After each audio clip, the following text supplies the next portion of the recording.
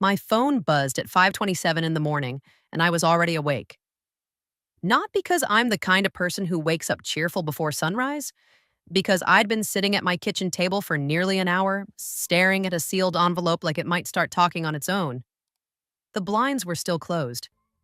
The house was quiet. My coffee had gone cold in the mug, untouched. Across from me sat a man in a dark suit with a legal pad and a slim briefcase on the chair beside him. His posture was straight, professional, patient, like he'd spent his whole career waiting for people to say things they'd regret. Attorney Jonathan Pierce didn't look at my phone when it rang. He just kept his hands folded, eyes on the envelope as if he already knew who it was. My screen lit up with Dad. I stared at the name for a second longer than normal. Not because I was hesitating, because I was letting myself register the moment. This was the call I'd been expecting. Not the exact time, not the exact words, but the intention. I answered without greeting. Yes?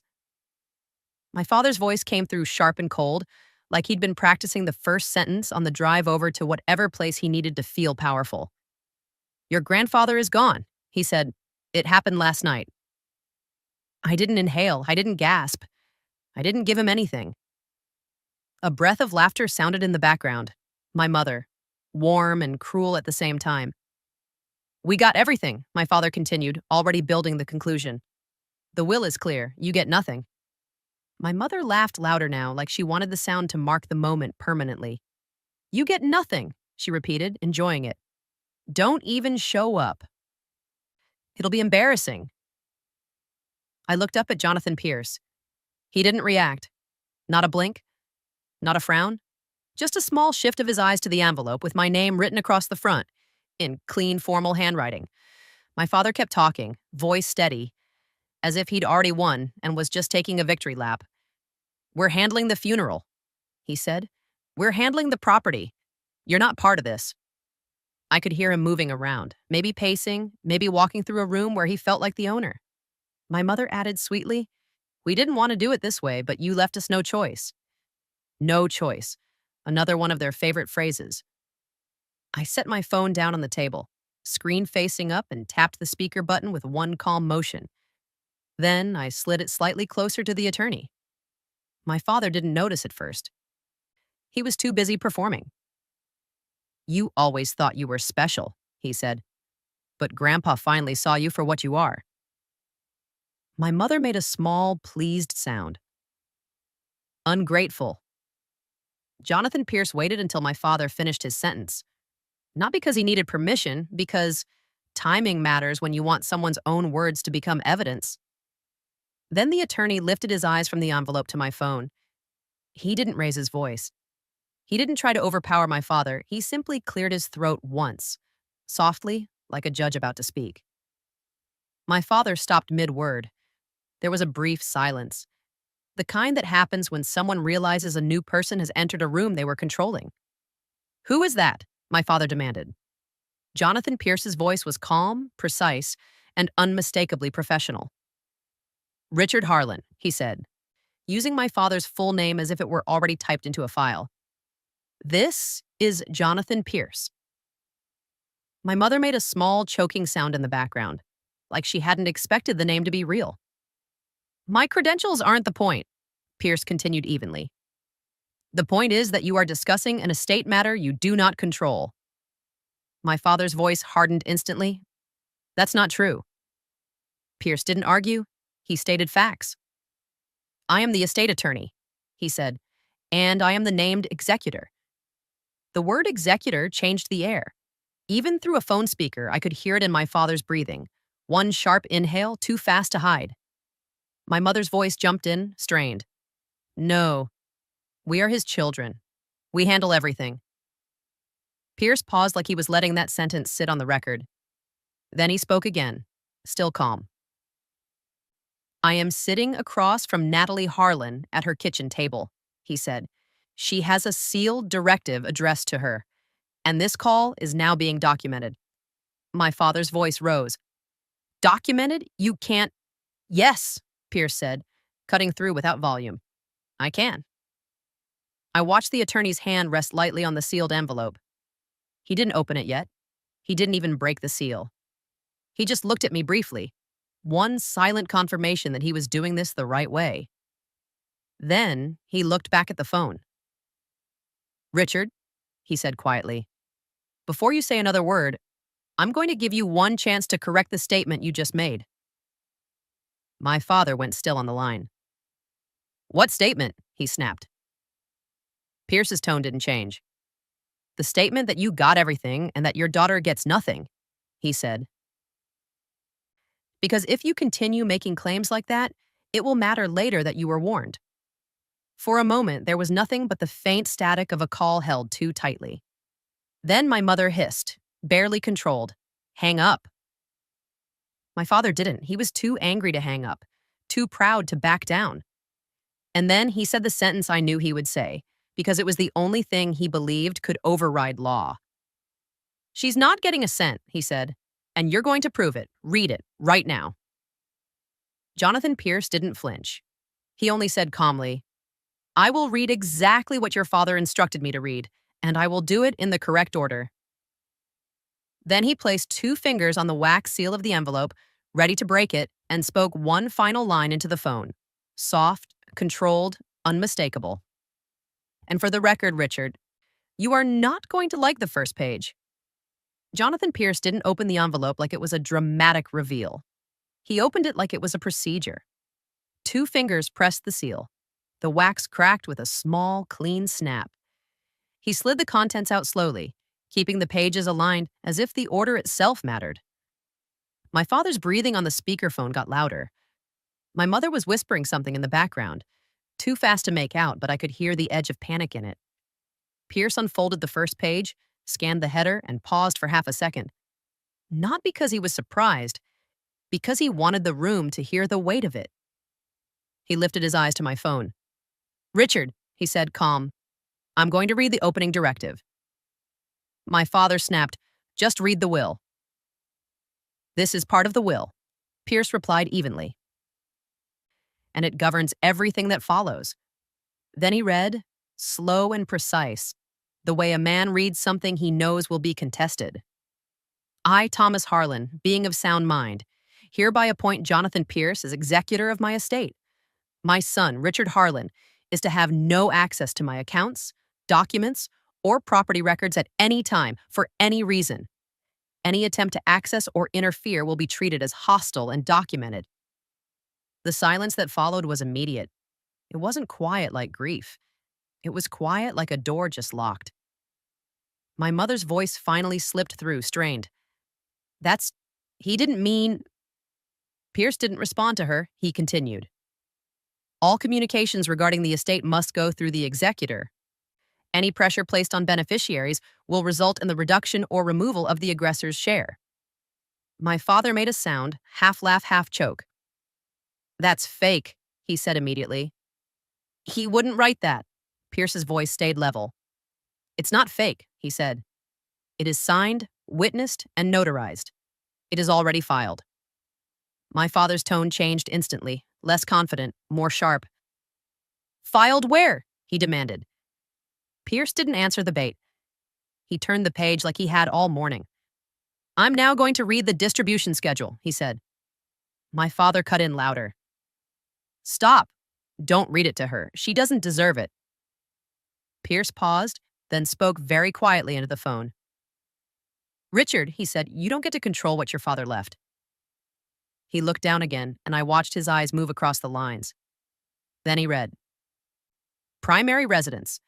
Mountain property assessed at $1.2 million to be transferred to my granddaughter, Natalie Harlan."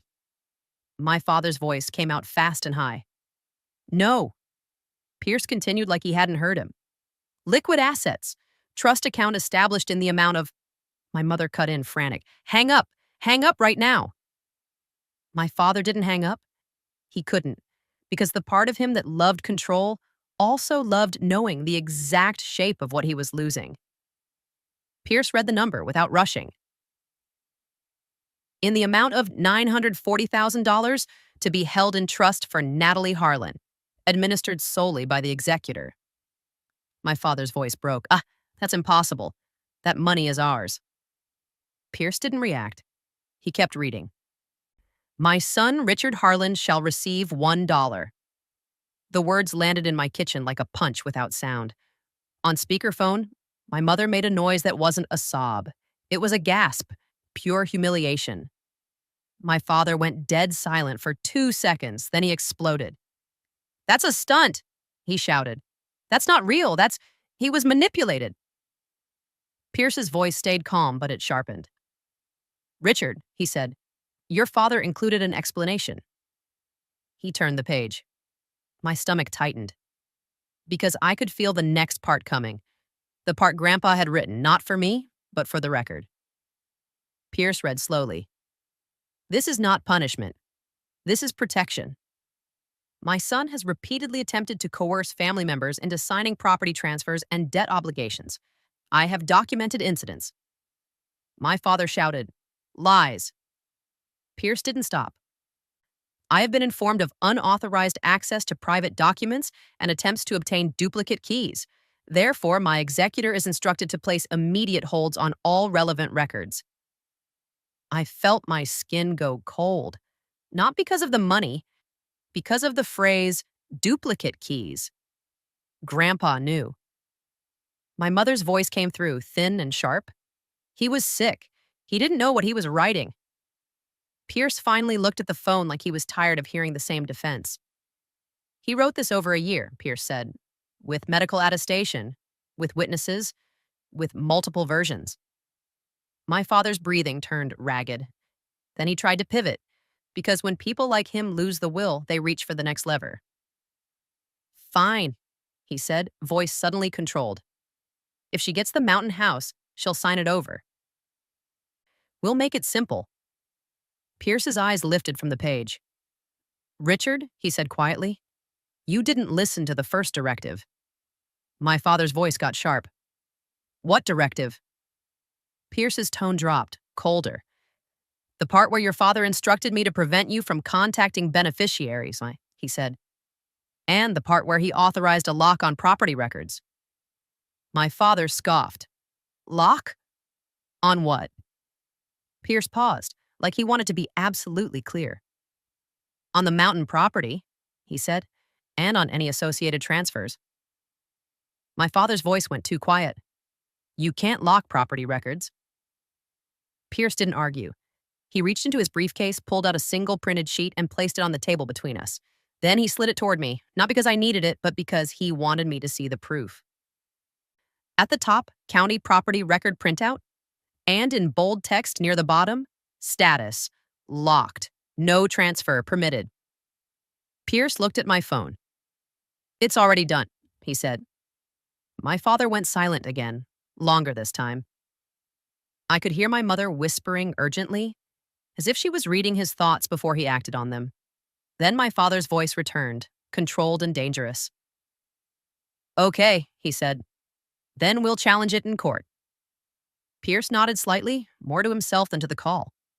You can, he said, and you will lose. My father's jaw tightened audibly through the speaker. You don't know who I know. Pierce didn't react. He simply lifted the next page and said, almost casually, Richard, the next section is titled Evidence.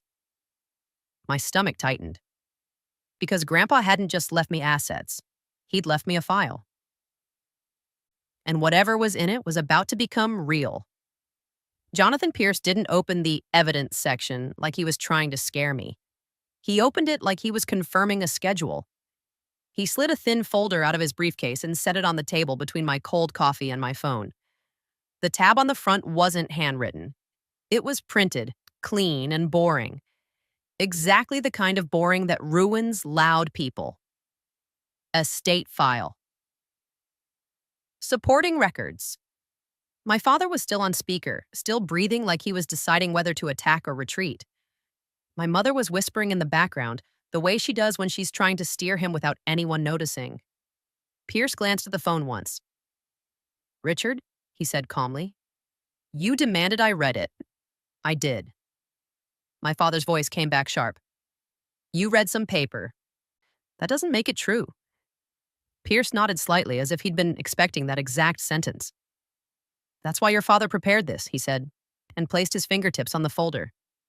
He anticipated you would claim fraud, coercion, or manipulation. My father scoffed. Because he was manipulated. Pierce didn't argue. He opened the folder. Inside were labeled pages, each one with a dateline, a short description, and an attachment behind it. Not dramatic, not emotional, just organized. Then Pierce said something that made my skin go cold in a very specific way. Before I read any of this, Yant, he said, I need to remind you of one directive you already heard. My father snapped, Which one? Pierce's voice didn't change. The one stating you are not to contact beneficiaries, he said, and that any pressure placed on them results in reduction or removal of the aggressor's share. My father's breathing hitched. My mother's whisper turned into a sharp hiss. Hang up. My father didn't hang up. Pierce looked down at his legal pad and wrote one line, calmly, like he was logging a time. Then he spoke into the phone again.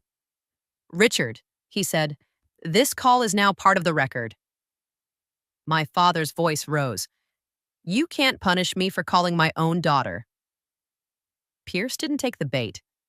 He simply opened the first exhibit.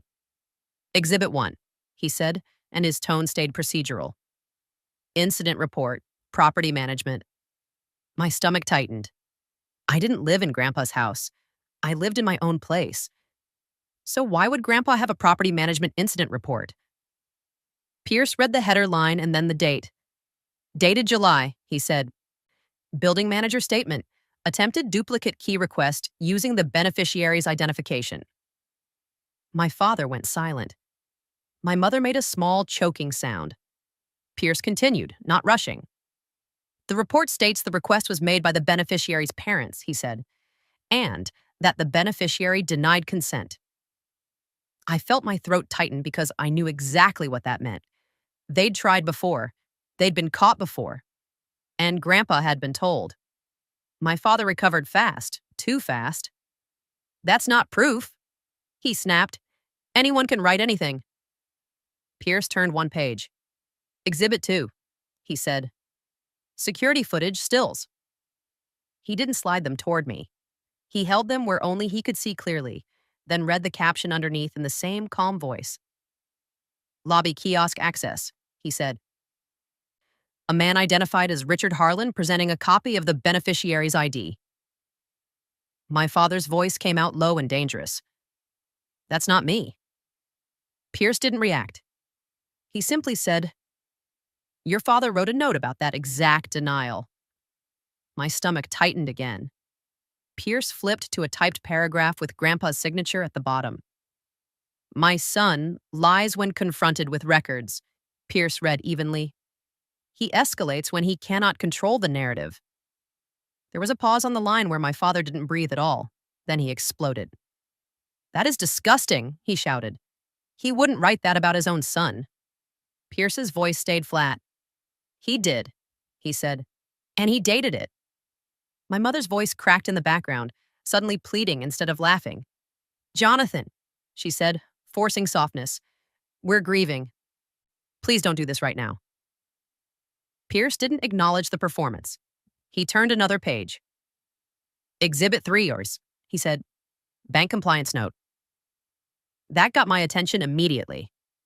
My parents loved banks when the bank was obeying them. Pierce read carefully. Attempted beneficiary change request on an estate-related account, he said. Flagged for irregular signature and unauthorized caller. My father snapped, That's a lie. Pierce kept going. The bank documented the caller ID, he said, and the caller identified himself as Richard Harlan. My father went quiet again, longer. My mother whispered, urgent. Stop talking. Pierce looked up from the page and spoke into the phone with a quieter, colder precision. Richard, he said, you are doing exactly what your father predicted you would do. You're denying the record and trying to intimidate the room. My father hissed, You think you're safe because you have a piece of paper? Pierce didn't blink. No, he said. You're not safe because of paper. You're constrained because of systems. Then he tapped the property record printout with the bold line. Locked. No transfer permitted. And while we're speaking, Pierce added calmly, "Your father's directive authorizes me to place holds on additional records if I detect interference." My father's voice sharpened. Interference like what? Pierce didn't answer immediately. He glanced at his phone screen on the table. His own phone, face up. Then he looked at mine. Interference like attempted filings, Tomaris, he said. My pulse jumped. What filings? Pierce didn't look at me yet. He looked at the phone on speaker. Richard, he said quietly, I'm going to tell you one fact, and then I'm going to ask you one question. My father didn't respond. Pierce's tone stayed measured. I just received an automated alert tied to the mountain property record, he said. Someone attempted to access or modify it minutes ago. My skin went cold. My father's voice returned, tight. That's impossible. I'm at home. Pierce nodded once, like he'd expected that too. Then this should be easy, he said. Did you submit anything under your daughter's name this morning? Any request, any form, any call to try to bypass the lock? My father's breathing turned ragged. My mother's voice came through, barely controlled. Richard. And then my father said it, clear and absolute, like he wanted to crush the question with certainty. No, he said. I did not. Pierce wrote one more line on his legal pad without looking down.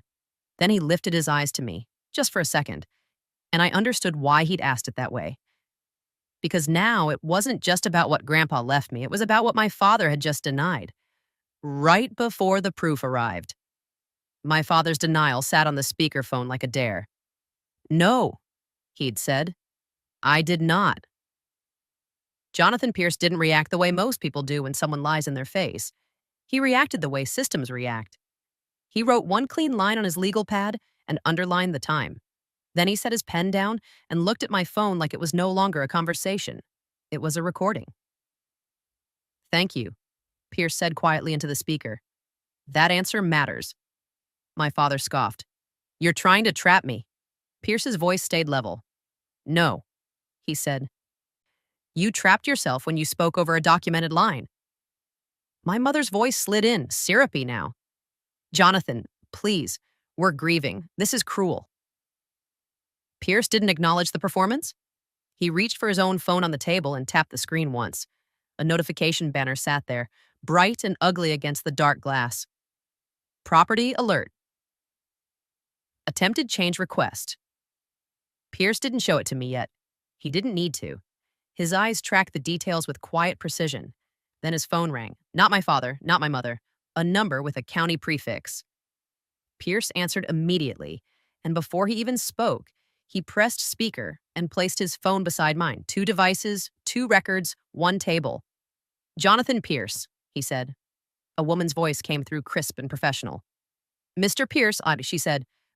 This is Marisol Kent from the county recorder's office. Fraud review. My stomach tightened. Pierce didn't blink. Yes, he said. I'm the executor for Thomas Harlan. Mr. Harlan's estate file is flagged, Kent replied. We just received an electronic submission attempting to record a transfer on the mountain property. My father's breath hitched on my phone speaker. Pierce's tone stayed flat. What kind of transfer? A quitclaim deed, Kent said, from Natalie Harlan to Richard Harlan. The air in my kitchen went cold. My father's voice came out instantly, loud and angry. That's a lie. That's not real. Kent didn't respond to him because she wasn't calling him. She was calling the executor. Mr. Pierce, she continued, the submission was stopped. It failed our verification. The signature doesn't match the owner record, and the notary stamp appears invalid. Pierce's eyes flicked to his legal pad. Do you have the submission packet? He asked. Yes, Kent said, and I need to confirm whether you authorized any filing today. Pierce's answer was immediate. I did not. Kent exhaled once, businesslike. Then it's a fraudulent attempt, she said. We placed a hold and generated an incident number. My father leaned toward my speakerphone, voice tight. You can't say it's fraudulent. Anyone can submit anything. Kent's tone didn't change.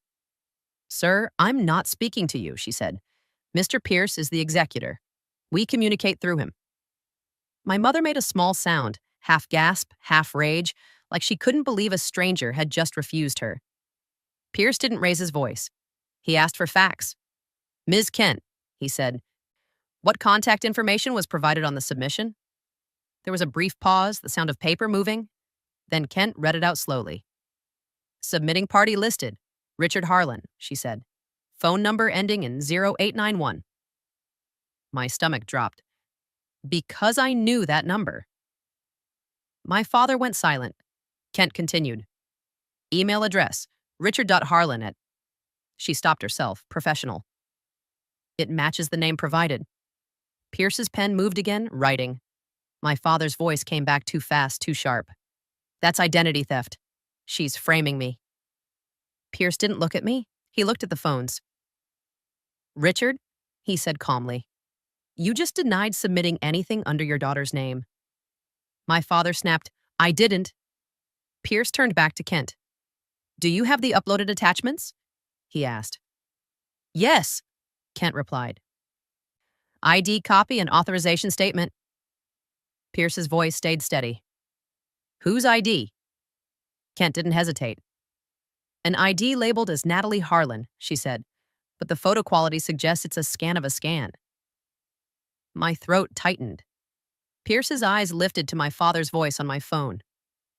Richard, Pierce said quietly, this is the second system today that recorded your name tied to your daughter's identity. My mother's voice cut in, brittle. Stop saying identity. We're her parents. Kent's tone was flat. Ma'am, she said, parentage does not authorize filing deeds. Pierce took a slow breath, not to calm himself, but to keep the process clean. Ms. Kent, he said, please email the incident number and the rejected packet to my secure address. You'll have it in 5 minutes, Kent replied. And Mr. Pierce, if you want. We can place an additional fraud watch on any property linked to the estate. Pierce didn't hesitate. Do it. Kent's voice softened just slightly, the way someone does when they've seen this pattern before. I'm sorry, she said. This is common when there's family pressure. Pierce answered without emotion. He anticipated it, he said. My father erupted again, voice loud enough to distort the speaker. This is harassment, he shouted. You're poisoning my daughter against me. Pierce didn't argue. He turned one page in the folder and read a single line, quietly like he was reading a label. Penalty clause, he murmured. Then he looked at my father's voice on my phone and spoke in a calm tone that felt worse than shouting.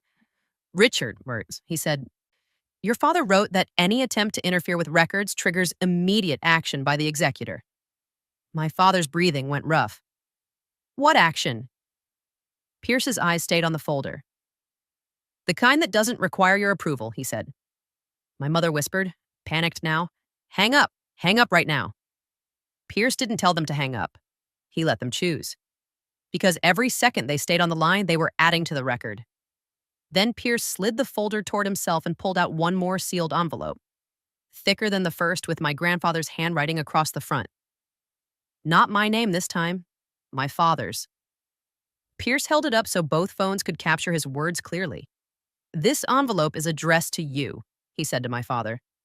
It is part of the estate file. My father went very quiet. Pierce's voice dropped. And it instructs me on what to do the moment you try to take what isn't yours, he added. He set the envelope on the table, fingers resting on the seal. Then he looked at me, just once, and I realized this wasn't only about what Grandpa left me. It was about what Grandpa left for the day my father crossed the line. Jonathan Pierce didn't rush the moment. He didn't need to. The county recorder had already said the words that mattered.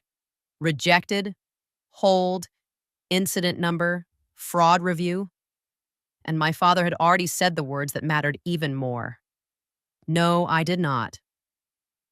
Pierce kept his hand on the sealed envelope addressed to my father like it was a weight he'd been carrying for months.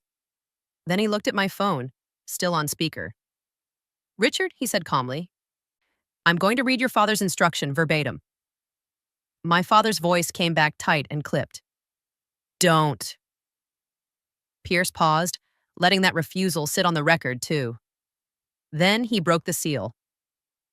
The paper inside wasn't a will page, it was a letter, dated, signed, and witnessed. Pierce read it slowly, not for drama, but for clarity. Richard, he read, if you are hearing this, it means you did what I told you not to do. You tried to take from Natalie. You tried to use pressure, paperwork, or lies to control what you couldn't earn. My mother's voice cracked on my phone. Stop. Pierce didn't stop. So I am making this simple. You will receive no inheritance beyond the $1 already allocated. And I am instructing my executor to pursue the maximum protections available. Legal holds, fraud flags, and, if necessary, criminal referral. The word criminal landed like a slammed door. My father inhaled sharply. He wouldn't. Pierce cut in gently, still calm. He did, he said. And he anticipated your exact response. Pierce turned the page. I have documented your attempts to obtain duplicate keys, to access accounts by phone, and to pressure signatures. I love you as my son, but I do not trust you with power over others. My father's voice went raw. This is manipulation. Pierce's tone stayed flat. It's documentation, he replied. Then Pierce read the last section, and I felt my stomach tighten because I could hear the precision in it. My grandfather's voice on paper, not angry, just final. If you attempt any transfer, filing, or deed submission under Natalie's name, my executor is instructed to immediately trigger the protective clause. My father's breathing turned ragged. What clause? Pierce didn't look at me. He looked at the letter. Protective clause. All remaining discretionary assets designated for my son will be redirected to the beneficiary and to a designated charity fund. No appeals, no discussions, no second chances. Silence. A long one. Then my mother whispered something I couldn't hear, but I didn't need to. It sounded like fear. My father's voice finally came back, quieter now, and it wasn't confident anymore. You can't do that, he said. Pierce's answer was immediate. I already did, he said. My father snapped, You can't. Pierce kept his voice calm. I can, he said, because your father structured it that way. And because you just triggered it by attempting a fraudulent submission this morning. My father's voice rose again, desperate. I didn't submit anything. Pierce didn't argue. He let the systems argue. He picked up his phone and tapped the screen, opening the email that had just arrived. Fraud incident packet received, he said aloud, reading the subject line so it was captured on both phones. Then he read one line from the body, slow and clear. Submitting party, Richard Harlan. My father went silent again. Pierce continued, controlled. And attached is the rejected quitclaim deed, he said, with your contact information, and the scanned ID used for verification. He paused, then added quietly, It's the same quality scan we saw in your prior access attempt. My father's voice turned sharp and thin, like a cornered animal trying to bite. She did this, he said. She's setting me up. Pierce's response was almost gentle. Richard, he said, you are on speaker. I am sitting across from her. And the county recorder called me directly. This isn't her. My mother's voice broke through suddenly, pleading now, not laughing. Natalie, she said, voice trembling, please. We're family. Your father is stressed. He didn't mean... I didn't answer her. I looked at the first envelope again, the one with my name, and then at the folder of exhibits that my grandfather had built like a shield. For a second, the grief hit me. Not in a dramatic wave, but in a tight, painful pressure behind my ribs. He knew this would happen. He planned for it anyway. Jonathan Pierce set the letter down and looked at my phone. Richard, he said calmly, I'm ending this call now. My father snapped, Don't you dare. Pierce didn't respond. He simply stated the next step like it was a timeline. You will receive a formal notice of your reduced share today, he said. You will receive a trespass warning regarding any estate property, and if you contact the beneficiary again, it will be added to the file. My father's voice turned cold. This isn't over. Pierce nodded once, as if he'd heard it 1,000 times. It is, he said, because your father made it so. He ended the call. The kitchen got quiet in a way that felt unfamiliar. No shouting from a speaker, no laughing in the background, no performance. Just the hum of my refrigerator and the faint tick of the clock on the wall. I stared at the sealed envelope that had started all of this, now opened and read, and I felt something shift. Something I hadn't felt with my parents in a long time. Not revenge, relief. Pierce slid a single sheet toward me, an official-looking notice already prepared. Executor action confirmation, it read at the top. He spoke softly, not to soothe me, but to give me direction. Today, Harold, he said, we lock every record that matters. Property, accounts, mail authority, anything they can weaponize. I nodded. Then my phone buzzed again. One new message. From my father. You'll pay for this. I didn't respond. I forwarded it to Pierce, took a screenshot, and saved it to a folder titled With the Date. Because my grandfather had left me more than money, he had left me a way to survive the people who believed blood made them untouchable. And now, finally, the record was louder than their voices.